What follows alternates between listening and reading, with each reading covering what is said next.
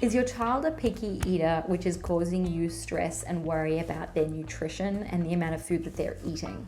If so, this is the exact video you want to watch, because I've had a lot of questions and there's been a lot of controversy, I suppose, among parents about what is the right way to approach a child who doesn't want to eat the food that you've prepared for them.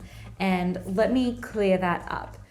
First of all, you're the parent. You are creating the plate of food. It's one of your mealtime roles to decide what's going on the plate. You also decide when the food is served, so the schedule, and the environment, which is, the kitchen table or outside having a picnic. And you want that to be a nice, calm environment. So if you have a child that doesn't want to eat the food on your plate, let's say you've made spaghetti bolognese and you have a side of some veggies and also some fruit, and your child is screaming, I don't want that.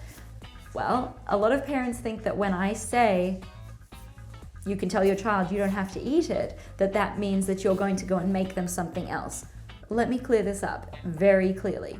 No, you are not making an alternative meal. You are making one meal. That is the meal that you've made. Spaghetti bolognese in this situation with the fruit and some side of veggies.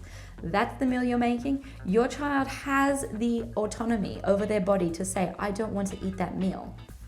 No problem. It's okay for them to say they don't want it. No, they are not getting an alternative meal or food. And no, if they come to you 20 minutes after dinner's all packed up and say they want to eat, they've had their opportunity to eat. You have let them know ahead of time, this is dinner. We're not going to have another time the next time to eat is tomorrow morning at breakfast.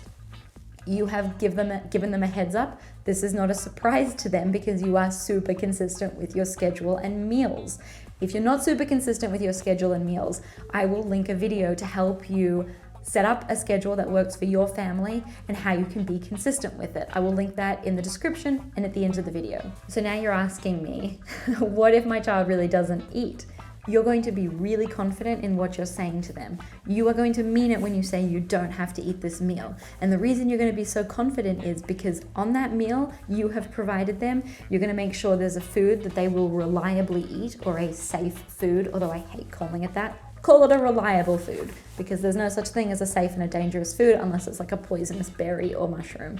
So you're going to provide them a reliable food on their plate. Let's say that's the fruit, or let's say that's the pasta. Okay, they have that option on there, and then they have a new food or a food that they don't always want to eat. That could be the sauce or the vegetables, but there's no pressure for them to eat any of the food that's on their plate. They truly have the autonomy to say that they don't want it.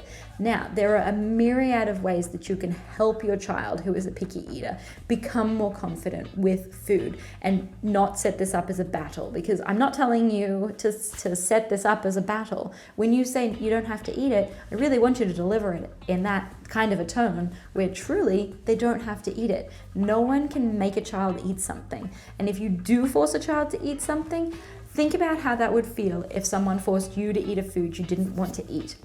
Maybe think of it could be a snail, a grasshopper, it could be chicken feet or something, stinky tofu, I don't know. Think of something that you haven't wanted to eat. Imagine if someone forced you and pressured you to eat it. You'd want to eat it even less, and you would not enjoy the experience of trying it because there's so much pressure on you to eat this thing you don't want to eat. And your child feels the same way. And if you continue to force your child to try things, and that's going to make them more uncomfortable and more reticent to try new foods. So in the end, you're actually making your job and their job much harder and more stressful. You don't want to do that. So the way you can avoid that is by creating that kind, respectful plate that has a reliable food for them, and being really confident that you've done that, and that's your job. And if they decide they don't want to eat the food, that's okay, because that is their choice to make. The other thing you can do is take a really deep breath before you serve the food. Get yourself into a nice headspace where you're like, okay, you go through your checklist. I've done this, there's a reliable food. I trust my child to feed themselves if they're hungry, and that's it. And I'm going to be consistent with my schedule. There are so many other ways that you can help your child become more confident and comfortable around foods that they don't necessarily want to eat. I cover a lot of those in my Mealtimes Without Meltdowns course. I created this for busy parents just like you who don't have time to sit through a 6-hour course. You can complete this at rest time. You'd probably want to set aside 1 to 2 hours to do it.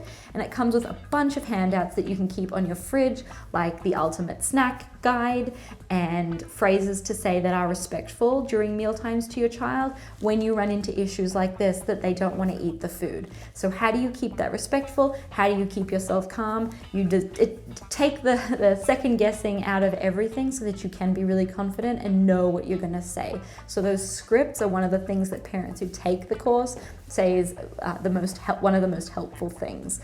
And I also cover a bunch of different activities that you can do with your child to set up a strong relationship between the two of you, as well as help get them more comfortable with food. And that course is called Mealtimes Without Meltdowns, and I will link it in the description for you.